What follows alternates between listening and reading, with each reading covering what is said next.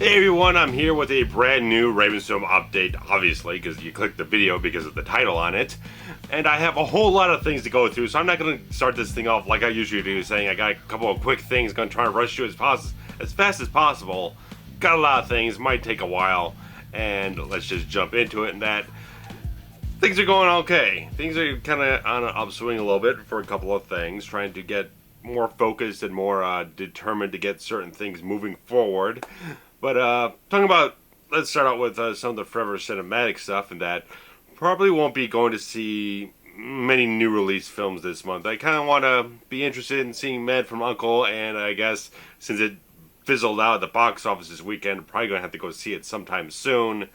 But my schedule is very jam-packed with extended hours at work right now, so it's a little hard to get out and do something when we got like one day off from the beginning and the end of the week, so maybe I'll see. I'm going to try to get to some kind of matinee or discount day or something like that, but I don't think I'll be doing a review of it, obviously, but it kind of feeds into a lot of the films I have seen this year that I've not done reviews for, most of which have not been films that have sat very well with me. Going through a couple of them, I saw The Lazarus Effect back in February when I was in, probably not the best film to have seen at the time, when I was in this honest to God state of depression. I was like rock bottom, and I felt isolated. I felt like I need to get out and do something and just go to a theater to see something. Probably should have seen something better, because I didn't feel that film was very good. My mood might have made it out to be a worse film than it really was, but it wasn't the best film. And speaking of February, I've been getting the itch to actually check out Kingsman, which I never saw because really didn't strike the right chord with me. But now at this point in time of the year where there's been a lot of bad stuff, nothing's really completely wowed me, I'm really anxious to go back and check out some films that were very well received earlier in the year to kind of level out the good from the bad, and have the good be like twice as good as the negative stuff. And I know a lot of people were have been very gushing over the film It Follows. Let's just say I hated the film. I absolutely hated it. I don't like that style of filmmaking, that very ambiguous, vague, kind of almost pretentious way of doing things, where everything's entirely implied and nothing's concrete. There's no definitive things. I walked out of that film seething. I hated it. Quite frankly, I just did not like it. I just felt like this film took no time to actually put a punctuation on it. Anything that happened in the film, it'd be going for a little while at first, but it just kept doing the same thing over and over and over again. I just didn't like it. I'm not going to get that into it because I know it's probably going to spark a whole big debate of such if I did. But let's just say, for me personally, I just did not like the film at all. It didn't do anything for me, and that style of filmmaking has really just completely shut me down. I cannot take it anymore, even a little bit. So that was that. And what are the things that I see? I don't know. Like I said, I saw Ant-Man a few weeks ago, which I thought was fine. Didn't get me as much as some other people did, but I think maybe if I were to go see it a second time on Blu-ray or something like that, I'd probably get a little more comfortable with it and really kind of enjoy it a little bit more. But it's fine. Nothing against it at all. But one of those things, there's been films throughout the whole year that just kind of saw it at an off point in time. I didn't really get to doing a review of it, but we're talking about doing retrospective reviews for the bulk of the remaining of the year. But there's still amazing films coming out, like Sicario, Black Mass. You got Spectre and Star Wars, and just a whole bunch of things I'm extremely excited for. Whether it's the franchise, whether it's a great filmmaker, or just the trailer just looks like it's damn certain my type of thing. And so we're going to get that stuff like starting in September and October and so on. But I've got the itch to do my review of Pitch Black right now. I bought the Blu-ray a little while ago. I watched a little bit of it a while ago, and it's like, look fantastic on high def, and now I have an HD TV now. I don't have to deal with setting up stuff in a standard definition format. So it's like I have an HD TV, a 32-inch that fits in my entertainment center over here. Really enjoying it. Quickly paying it off for my sister, who charged it to her card so she could get some bunch of points and everything. And so it's been one of the reasons why I'm also not going to the theater too much, or if I'm going, it's going to be a discount theater price or whatnot. A little financially thin right now with that, and a couple of things I have to put some money towards the car right now, so just trying to slide some costs down a little bit here and there, just trim a few things out. So a little bit here and there will probably just make me feel better. But Pitch Black, I'm definitely interested. I really want to get to the point where I'm going to do this review because I'm very excited to do it. I really want to talk about that and Chronicles of Riddick fantastically. I got the Blu-rays for a reason. Can't get rid of the DVDs for fuck's sake, man. Cannot get rid of DVDs anymore. If I go to a resale shop, I'll get like fucking nothing for them. So I've tried selling the Pitch Black and Chronicles of Riddick DVDs on eBay. Won't go fucking anywhere. So I tried selling them at the resale shop. They wouldn't take them because they got too many copies. So I'm just like stuck with this shit. But Blu-ray, now that I have this thing, is like, now it's real. Now it's like, fuck yes, now I can enjoy it in nice high def 1080p. Fantastic. So Pitch Black review will be coming up next, hopefully. That's the one that I'm interested in getting forth for the last several days, last week or whatnot.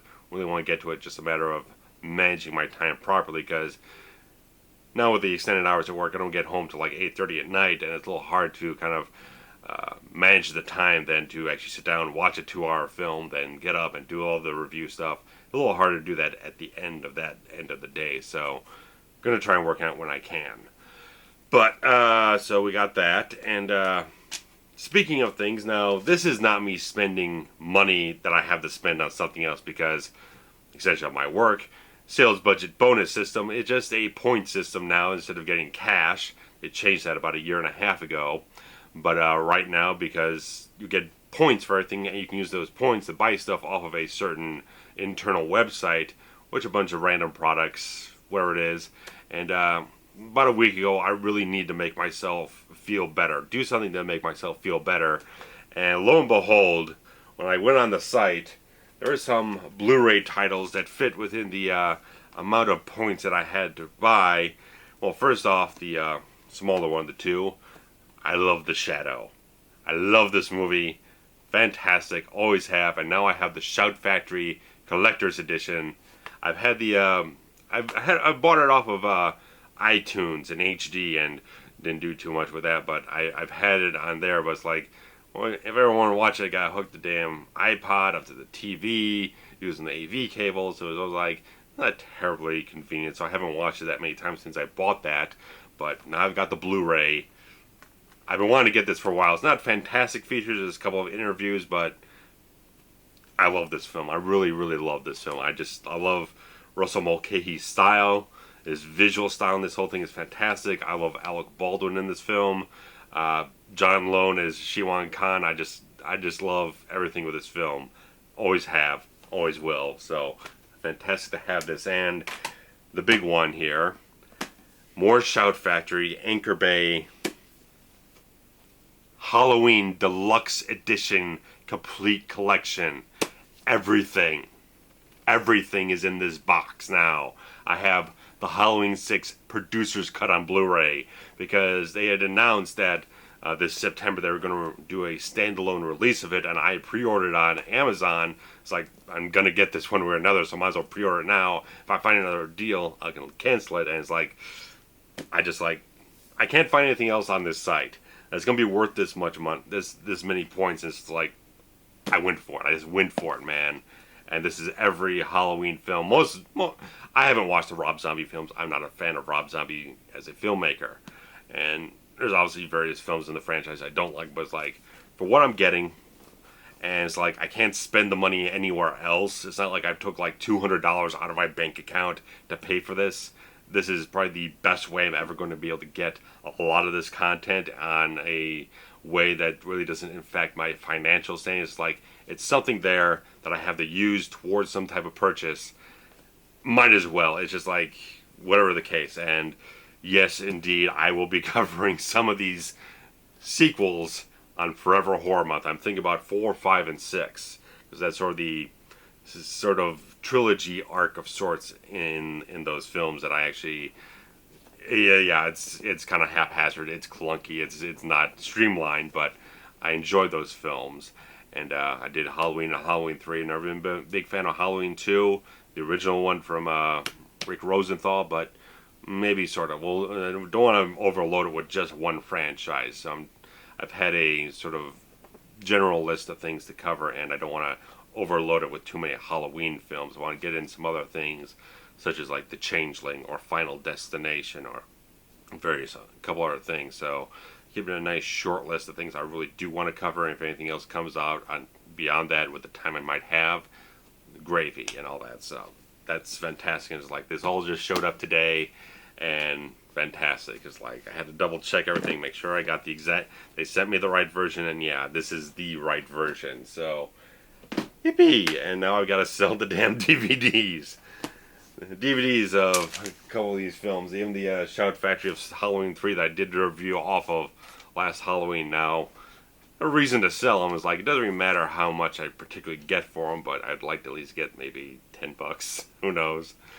I'm very shooting too high with that, but again, keep going forward. It's a long one, but let me change gears. Let me switch gears from all that Forever Cinematic stuff. We'll circle back to that a little later, but right now, trying to get back on track with that long-ass post-production hell of The Fixer, because things have gone to a grinding standstill in the last, I don't know, 9 months. Nothing's gone forward in trying to get this project completed with the final piece of music that we need that's extremely vital and pivotal to moving the film from its lowest emotional point to its utter climax. Hasn't been any progress, so with the help of Trent Ziberi of HEMI, I am working with some friends of his. Just started trading emails as of last night, so just this is extreme preliminary, but beginning some discussions to hopefully find something that'll work, that they can put something together that'll work for what we need and get this thing out there, because fuck, let's just say it's beyond any kind of reasonable overdue expectations of having this thing out. Let's just get it the hell out here. But don't want to just slap it out there. Don't want to just like throw my hands up and just slap any old fucking thing out there, or cut out a whole sequence that is extremely vital to the tonal and emotional shift of the whole film. Really got to do something here. So if it's going to be done, it's got to be done at least to a certain degree of expectations. It has to be as good as we can put together with the resources we have right now. So let's hope something comes out of that very well. And tying into that is trying to get the gears going to get that short film, the script that I wrote several months ago, moving forward. So if I don't have a lot of time to do video editing this week, then that's probably the sort of thing I'll be focusing on here. So if I can't dedicate hours and hours of time to editing, then I'll work on some sort of groundwork to get other projects off the ground and moving forward. So that's the main thing that's going to be, if there's not videos coming out right now, you'll be knowing that there's other things developing in the background of RavensFilm Productions at this point in time. And with HEMI, we got recently put out that promotional video, because just like had the spark to do it, because I really wanted to do a promo video for the DVD set for a very long time now. It just never really manifested itself to me until recently. So I sat down last week and cut one together that incorporates some of the interview footage that we did last year, a lot of the live footage we have, and just hopefully that'll generate some additional interest to get some sales going on the whole thing. So I hope you guys will take some time to check out that 2-minute promo video, and hop on over to HEMImusic.com or RavensFilm.com and check out the purchase links on Amazon or CreateSpace, which also has a 20% promotional code if you want to check that out and everything, and get a little something off the top and balance off the cost of the shipping and everything. So check that out. Also, I mean, if you're Amazon Prime, then you don't even have to worry about that. You're going to get shipping for free. So $12.99 is not a bad deal for a features-packed DVD with a half-hour interview segment, music videos, and a full concert from the classic 2010 to 2013 lineup with Ryan Kramer and Mr. Mad. So and the guys just put up a quick sort of fun update video with Dave, kind of being master of ceremonies on it. So hop on over to their channel, check that out. It's about a minute or two long, so that's cool. So guys have a show in Milwaukee at the end of October. We'll get you a little more details on that once we get much closer to that date and everything. But next month, Trent is getting married, so I'm going to be shooting some video for his wedding, and then we'll have the reception a few days later. And after that, I'm hoping everything works out okay, that I'll be taking some of my vacation time to get started, to get a jump start on Forever Horror Month. So really want to try to shoot and get some videos, mostly if not fully completed, prior to October arriving, so I can get ahead of the curve and not be so mad rush trying to get things done like I have had the last 2 seasons, that I can really kind of lay back and do things in a much more comfortable type of fashion. And after last year, because the original Forever Cinematic WordPress blog was launched in September of 2011, so I kind of always wanted to do sort of a anniversary of that. But after last year, doing 2 sort of like big months back to back, where I'm trying to cram in as many videos as possible. Anniversary month, trying to focus on some of my favorite films of all time, like Strange Days or Star Wars or Jurassic Park or various other films, and then going into Forever Horror Month, where it's even more jam-packed. Not going to do that this year. It's going to be September's going to be a regular month. Like I said, I got enough new release films coming out in September: Black Mass, Sicario. I'm interested in Everest, and there was one other film that had my interest, but I can't recall what it is right now. But there's like 3 or 4 films coming out in September, brand new releases that I'm going to be seeing. So check that out. And so I'll have enough to do in September without having to worry about trying to do other big projects or whatnot. So I'm going to try to plan things out so I can get that done. And maybe if things get going with the short film in due time, maybe we can schedule things out to actually shoot something in that time that I'm taking off from work. So we'll see. That's all about just under a month away. So we'll see what happens. And in regards to going back to some of the Forever Cinematic stuff, just quick little notes, and I can trash my cheat sheet there. I saw a couple of other films that were not on Netflix or whatnot that rented from the local video rental store, which I still have, is fantastic. That I saw the films FX and FX2 recently, which I did very much enjoy. They're very cool films. They're special effects movie master gets roped into criminal conspiracies and everything, and has to use his tricks of the trade to kind of turn the tables on all the criminals and people out to kill him and all this kind of stuff. I thought both films are really, really fun. The first one, I think, is just a little bit better. It's a little bit more clever, a little bit more suspenseful. But I thought both of them were pretty good. I just watched the second film today, and it's like, I do recommend them. Do check them out. And I also say, check out the guys at the Forgotten Flicks podcast. Fantastic stuff. They did an episode on FX some time ago, which I listened to again after watching the film, and I love these guys. They do a fantastic job, and they're constantly putting out new episodes. They're very tight with their schedule, focusing on mostly films that are lesser remembered and everything. That's why it's called Forgotten Flicks, but every so often they do like something like a Back to the Future or a Karate Kid or something like that. Some films are a lot more well remembered, more publicly well known and everything. They haven't been forgotten, but they're always good about selling brand things, and they're fantastically fun and charismatic. Really go check them out. I absolutely love listening to their stuff. FX review episode was really damn good, and it's just like years of content. So go ahead, check them out. I have the link below in the description to their website, and good stuff. And that's about all I have to cover at this point in time. And don't really think I can think of anything else too much. But all these Blu-rays, used to have them right here on my desk before, but I've gotten so many of them, especially with this box set now. I had to move some of my VHS tapes off of my shelves over there, and move all my Star Trek VHS tapes off there and make room. So, but some of the DVDs are kind of whittling down now that I'm replacing stuff and upgrading. So, whatever the case. HGTV. It took long enough, but the old one it died. The tube died on it. It could not process anything. You could not see anything. It was a dead blank screen, so no other choice. And this is a lot lighter than that old 20-year-old TV. Anyway, rambling on. Thanks. If you've been watching this whole time, thank you very much for watching, guys. Just let me know what you guys are excited for in the near future with the new release films coming up in the next several months. Like I said, we got James Bond, we got Star Wars, we got some really hard-edged fucking thrillers coming up.